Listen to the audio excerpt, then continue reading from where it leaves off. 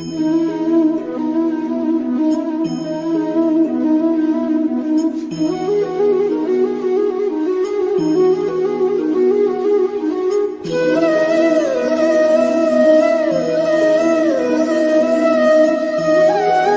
में मिलते हैं तो उसके साथ साथ बहुत कुछ हमारे जीवन में, हमारे जीवन को नई दिशा देने के लिए ऐसे गुप्त मार्ग, ऐसे साधन छुपे होते हैं जिसे जीवन में बिना किसी अनुभवी महापुरुष के जानना बड़ा कठिन है। जितने भी धर्म, जितने भी शास्त्र, जितने भी ऐसे महापुरुषों की वाणियां हुई हैं, उन्होंने ये बात हमारे और आपके सामने समझाने की कोशिश करी है। हमारे जीवन में, हमारे जीवन का सबसे बड़ा लक्ष्य, जीवन का सबसे बड़ा सुख सिर्फ संसार को भोगने, सिर्फ संसार को कमाने में नहीं है। अगर आपको इस बात का यकीन ना हो तो आप संसार में हर एक वर्ग के इंसान के जीवन की तरफ नजर मार कर देखें। यहां बहुत से धनी लोग भी हैं, सेठ साहूकार भी हैं, राजा महाराजा भी हैं, अकूत संपत्ति के मालिक भी हैं। दुनिया में हर तरह का वैभव, हर तरह का धन संपत्ति, दुनिया की कीमती से कीमती चीज कमाने वाले लोग मौजूद हैं संसार में, और फिर भी उन्हें अपने जीवन का समय काल, अपनी उम्र, अपना जीवन समाप्त करके कहीं जाना ही होता है। स्वामी जी महाराज फरमाया करते थे, सिकंदर बहुत बड़ा बादशाह हुआ, विश्व विजय करने का सपना था उसका कि मैं सारे संसार का राजा बनूं, एकमात्र बादशाह बनूं, उसके आगे सारी दुनिया सर झुकाए। और इस एक ख्वाहिश को, एक इच्छा को पूरा करने के लिए उसने बहुत बरस संसार में बड़ा जन माल का नुकसान पहुंचाया, हर जगह, हर देश पर आक्रमण किया, लोगों को ऐसे जलाया, ऐसे मारा पीटा जैसे किसी इंसान के जीवन की कोई कीमत ना हो, सिर्फ एक लालसा में कि मैं विश्व विजयी बनूं। उससे ज्यादा क्रूर राजा नहीं हुआ। और जब वो धीरे धीरे हिंदुस्तान आया विश्व विजय के सपने को लेकर के, और उसके सामने एक ऐसी परिस्थिति आई कि उसके शरीर में कुछ ऐसा रोग लग गया जिसका इलाज मिलना बड़ा मुश्किल था। जब उसने हकीमों को बुलाया, बड़े बड़े वैद्यों को बुलाया कि मुझे ठीक करो, अपनी सारी संपत्ति उन्हें देने का वादा किया। सबने जब मना कर दिया कि आपको हम बहुत ज्यादा दिन जिंदा नहीं रख सकते, आपको ऐसा रोग लगा है, तो ऐसा विश्व विजयी राजा जो मरने से पहले जब जाने लगा तो उसने भी ये बात दुनिया के सामने कह करके गया। कहा, सिकंदर जैसा बादशाह जो सारी दुनिया का वाली था, गया जब वो दुनिया से तो दोनों हाथ खाली था। जब सिकंदर दुनिया से कुछ नहीं ले गया, जब बड़े बड़े राजा महाराजा संसार से कुछ नहीं ले गए, जब दुनिया के बड़े बड़े सेठ साहूकार संसार में हमेशा बने नहीं रहे, अपनी उम्र समाप्त करके उन्हें भी संसार से जाना पड़ा, तो वो कौन सी चीज है जिसके लिए हमें सच में संसार में कोशिश करनी चाहिए? अगर दुनिया की सब चीजें यहीं छूट जानी है तो दुनिया की भौतिकता संसार की सबसे बड़ा लक्ष्य नहीं हो सकता। इसलिए जब संत महापुरुष आते हैं वो भौतिकता से, दुनियादारी से, धन दौलत से ऊपर की बात करने के लिए आते हैं। कहते हैं आपको रुपया पैसा खूब मिलेगा, पर वो आपसे यहीं छुड़ा लिया जाएगा। जब आप जाओगे तो आपको वो ऐसा एक कपड़ा, जिसे कफन कहते हैं, वो ऐसा कफन का कपड़ा पहनाएंगे जिसमें न जेब होती है, न सामान छुपा लेने की जगह होती है। आप कोशिश भी करोगे कि मैं अपनी चीज छुपा के ले जाऊं तो आप ले जा नहीं पाओगे। तो हुजूर कहा करते थे, संतों महापुरुषों का ज्ञान हमें संसार में इस मोह माया की नींद से जगाने के लिए होता है कि हमें जागना है, दुनिया हमारे साथ नहीं जानी है, पैसा हमारे साथ नहीं जाना है। इसका मतलब ये नहीं कि संसार की कोई कीमत नहीं है। इसका मतलब ये भी नहीं कि आपकी जिम्मेदारी, आपका दायित्व, आपके कर्तव्य का कोई संसार में लेना देना नहीं है। आप संसार को बरतो पर इसमें फंसो मत, और इस संसार को सिर्फ उतना कमाओ जिसमें आप खुशी खुशी रह सको। पर उसके साथ हमारे इस मनुष्य जीवन का एक बड़ा भारी लक्ष्य भी है, और वो लक्ष्य है हमें अपने जन्मने के कारण की खोज करना। आखिर हम संसार में क्यों भेजे गए?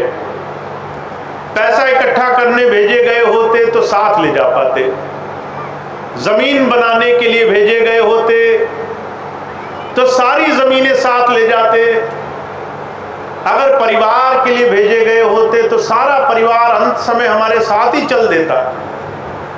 पर दुनिया की ये सारी चीजें हमारे शरीर तक हमारा साथ निभाती हैं। इसलिए हुजूर कहा करते थे, मनुष्य जीवन के सच्चे उद्देश्य को सिर्फ संत महापुरुष संसार में हमें जगा करके जीते जी सिखाने की कोशिश करने के लिए आते हैं। हमारे स्वामी जी महाराज अक्सर एक बड़ी सुंदर मिसाल फरमाया करते थे।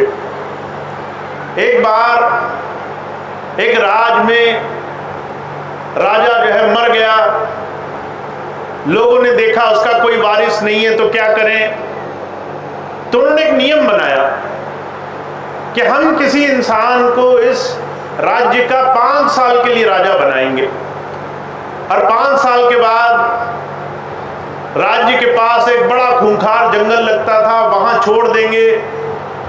वहां से आते वक्त जो पहला आदमी दिखेगा उसको फिर 5 साल का राजा बनाएंगे। ये परंपरा चलती रही। हर 5 साल में राजा चुना जाता था, राजपाट करता था, भोग विलास में रहता था।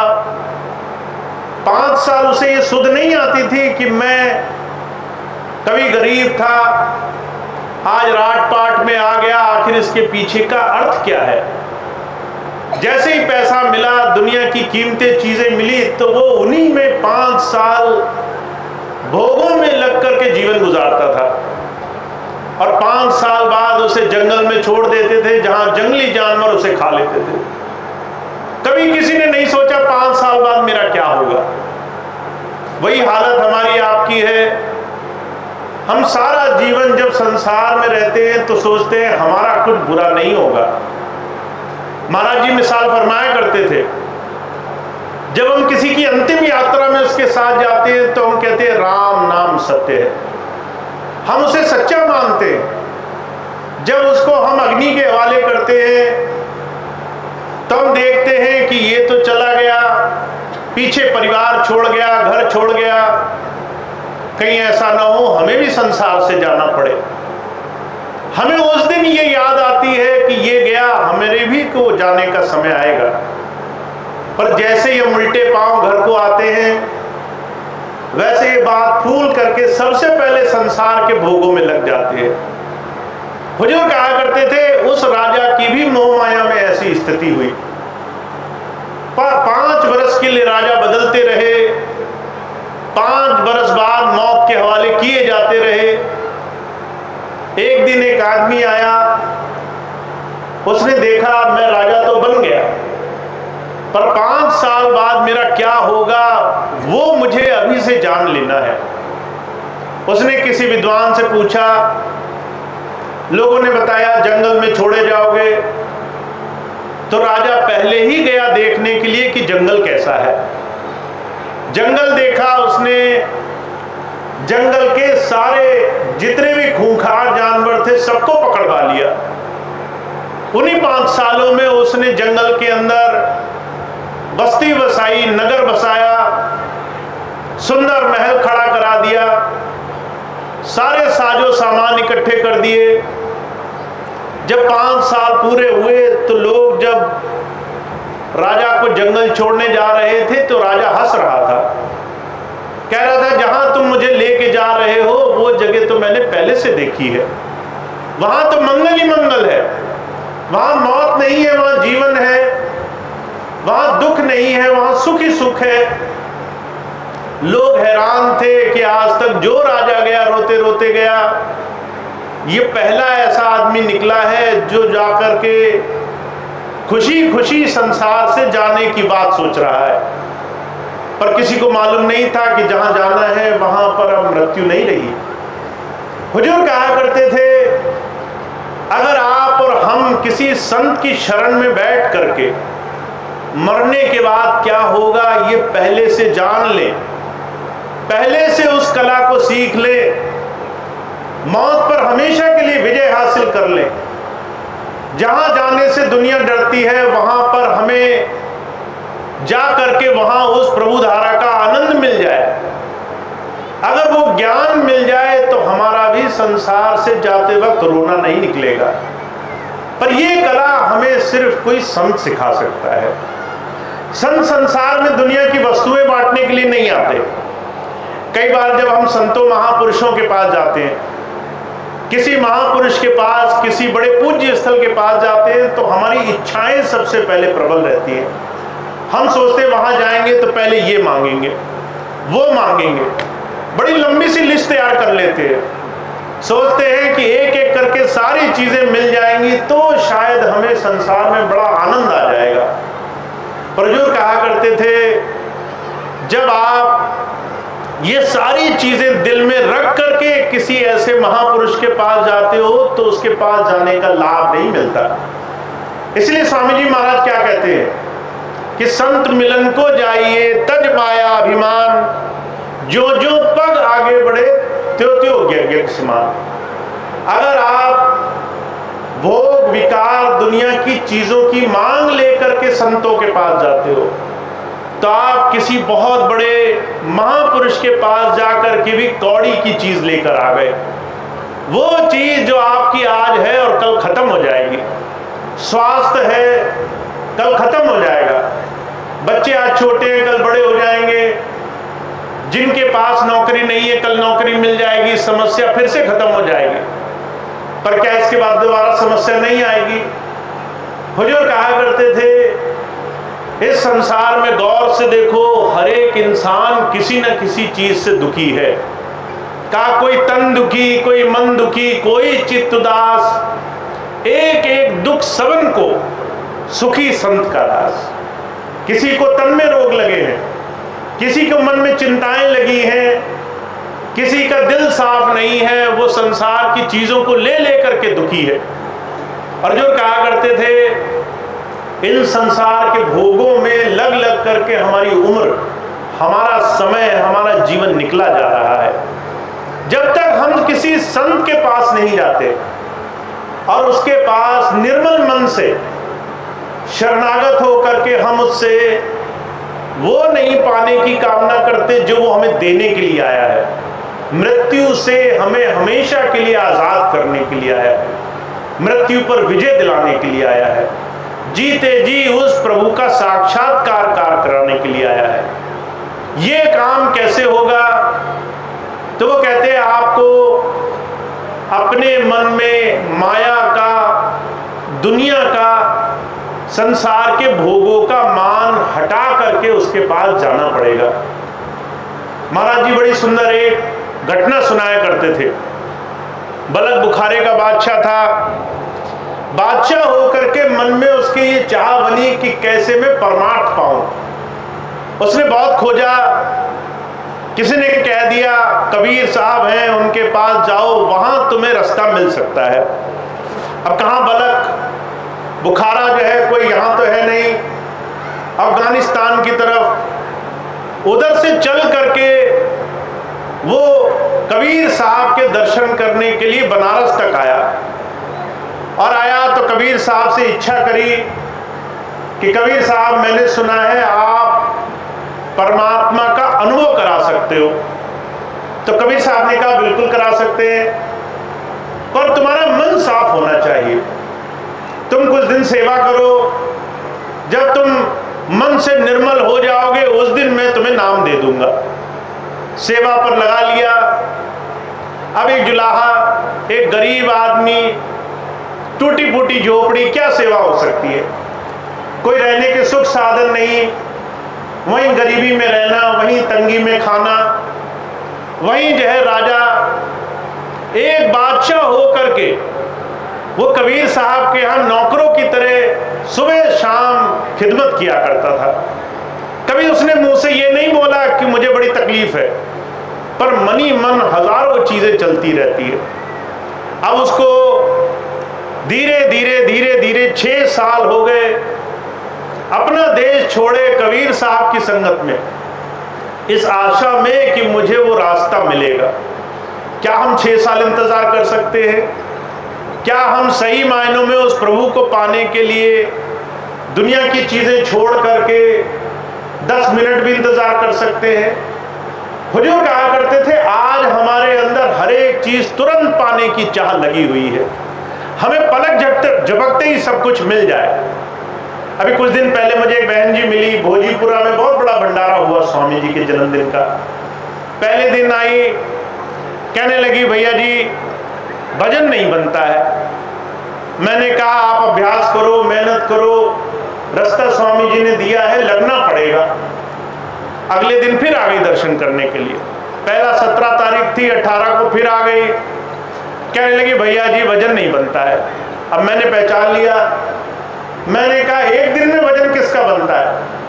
कल तुमने पूछा, हमने जवाब दिया, तुम्हें लगा रात गई बात गई। हमारे फट से काम बन जाने चाहिए। हमारे दिमाग में किसी भी चीज को पाने की प्रबलता इतनी तेज है, आज मिले नहीं तो हम छोड़कर भागते हैं। पर जो कहा करते थे, इतनी तेजी में तो किसी को घर का रास्ता भी नहीं मिलता। अगर आप उस प्रभु को पाना चाहते हो तो आपको संयमशील बनना पड़ेगा, आपको किसी रास्ते पर लग करके दिशा में आगे बढ़ना पड़ेगा। अब ऐसा वो बलक बुखारे का बादशाह 6 साल सब कुछ छोड़कर सेवा में लगा रहा, सारे सुख साधन छोड़ करके। एक दिन माता लोई बोली कबीर साहब से, कहने लगी आपने तो राजा की बड़ी बुरी हालत कर दी। बादशाह था, नौकर बन करके धूल मट्टी छाक रहा है, आप नाम दे करके इसको विदा क्यों नहीं कर देते? कबीर साहब कहने लगे बर्तन अभी तैयार नहीं हुआ, अभी नाम दे दूंगा पर नाम समाएगा नहीं। नाम देने का फायदा क्या हुआ अगर कोई सामने वाला नाम लेने के लिए तैयार ना हो? नाम लेने के लिए हमें उस नाम को पाने लायक बनना पड़ता है।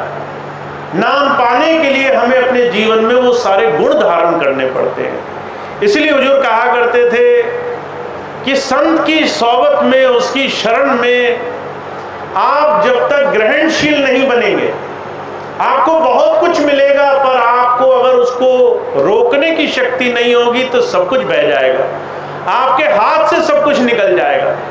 जैसे बंद मुट्ठी से रेत निकल जाती है, ऐसे ही आपके जीवन में बहुत कुछ आपको मिलेगा, और आप अगर उसको धारण करने के लिए तैयार नहीं है तो वो सब कुछ आपके हाथ से निकल जाएगा। माता लोई ने बोला, कबीर साहब कहने लगे अभी ये तैयार नहीं है। तो माता लोई बोली इससे ज्यादा सेवा कौन करेगा, 6 साल से बेचारा लगा है, अब इससे ज्यादा तैयारी किसी की क्या होगी। कई बार हम बाहर से देखते हैं आदमी बड़ा साधु मालूम पड़ता है, सफेद कपड़े, लाल कपड़े, चंदन तिलक छापे लगाकर, हमें लगता है इससे बड़ा महात्मा कोई नहीं है।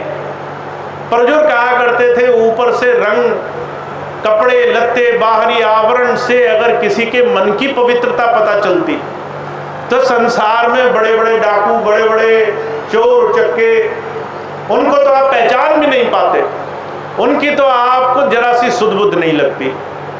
कबीर साहब मन की जानते थे, माता लोई ऊपर से देख रही थी। कबीर साहब ने कहा अगर नहीं माना तो कल इसको बुला करके कहो इसको कल नाम मिलेगा। अब राजा को खबर भेजी गई। राजा जो है बहुत खुश हुआ, सुबह सुबह नहा धोकर तैयार नाम लेने के लिए आया। माता लोई को आदेश था, जैसे ही राजा दरवाजे के नजदीक आए तो जितना भी कूड़ा करकट गंदगी जितनी भी हो सके उसके ऊपर से डाल दो। अब वही किया उन्होंने। राजा के ऊपर जब वो गंदगी डाली तो एकदम अंदर से क्रोध निकला। हमें तो कोई आंख घूर कर देख ले तो आज ही हमारे अंदर का बरसों का सत्संगीपना गायब हो जाता है। जरा सा कोई हमें कुछ बोले, हम जो है हुजूर कहा करते थे भाई भाई को माफ कर सकता है, माता पिता बच्चों को माफ कर सकते हैं, पर कई बार बरसों से गुरु के चरणों में बैठे हुए प्रेमी सिर्फ बाहर से अपने गुरु चरणों में बैठे वर्षों की गिनती करते हैं। हम 50 साल से जुड़े हुए हैं, अंदर परिवर्तन अगर नहीं आया तो जो कहा करते थे कबीर साहब के समय में भी वही हालत थी, आज भी वही हालत होनी है। अब कबीर साहब के अंदर से क्रोध निकला जब उनके ऊपर गंदगी पड़ी, तो कबीर साहब कहने लगे जिसने भी ये हरकत करी है अगर मेरे देश में होता तो अभी खाल खिंचवा लेता, अभी जो है इसकी हालत खराब कर देता। माता लोई थरथर कांप गई, कहने लगी राजा है 6 साल से सेवा में है पर अंदर से ये बात नहीं गई कि मैं राजा हूं, अभी भी खाल खिंचवाने की बात कर रहा है। डर के आई, कबीर साहब के आगे हाथ जोड़े, कहने लगी मुझसे गलती हुई, अभी आपको जो समय लेना है ले लो। इतिहास गवाह है 6 साल और लगे। बलक बुखारा के बादशाह को 12 साल बाद ये बात समझ में आई, गुरु शिष्य होना शरणागत होना है, गुरु की सेवा में लगना, मन मंदिर को साफ करना है, निर्मल मन से प्रभु भक्ति के लिए जीवन में अपने ऊपर जो जो काम आप नहीं कर सकते हो उस चीज की परख रखना है। महाराज जी के जीवन का उदाहरण आता है। एक दिन ऐसी भरी सभा में महाराज जी सत्संग कर रहे थे, कहने लगे भाई ये काम करो, मुझे सुधारक चाहिए सेवा के लिए। अगर मैं आपसे कहूं कि सेवा के लिए मुझे कुछ भाई बहन चाहिए तो सारे लोग हाथ खड़ा कर देंगे, कहेंगे भैया जी हमसे सेवा लो, हमको सेवा दो, हम सेवा करेंगे।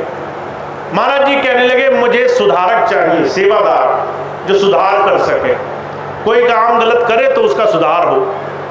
अब सुधारक शब्द के 2 अर्थ होते हैं। एक अर्थ तो हो गया कि दूसरे की गलती देखना, पर महाराज जी क्या कहना चाहते थे ये बात समझ में बहुत देर से आई लोगों को। महाराज जी ने जब कहा कि सुधारक चाहिए तो लोगों ने हाथ खड़े किए। महाराज जी ने उनको पास बुलाया, कहने लगे आत्म सुधार करने वाले चाहिए। आप दूसरे की गलती नहीं देख सकते, आपको अपनी गलती देखनी है, आपने क्या गलत किया और आपको उसका सुधार करना है। ये सेवा करोगे। जब ये बात कही तो लोगों का मुंह उतर गया। लोग सोचने लगे कहाँ इतना अच्छा काम मिला था, दूसरे की गलतियां देखनी थी, अब ये काम और उल्टा मिल गया कि अपनी गलती झांको, अपनी गलतियां देखो। तो जो कहा करते थे संत आता है उस दुनिया की खामियां, दुनिया की बुराइयां देखने की, हमें शिक्षा देने के लिए नहीं आता। आप संसार में किसी के अधिपति नहीं बनाए गए, आपको धर्मराज नहीं बनाया गया कि दूसरे की गलतियां देखो, आपको ये काम नहीं सौंपा गया कि दूसरों की बुराइयां देखो। हुजूर कहा करते थे जो दूसरों की बुराई देखता है वो ना जाने अपने जीवन में अनगिनत पाप कर्मों का जाने अनजाने में बोझ बढ़ा लेता है।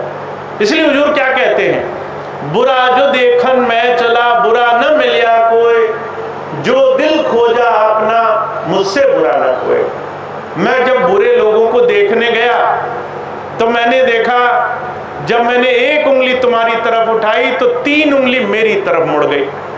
मैंने कहा तुम में एक गलती है और मेरा हाथ कह रहा था कि 3 गलती तुम में तो खुद है। जितना तुम दूसरे में देखते हो उससे 3 अब अपनी निकालोगे कि दुनिया की सुधार करोगे?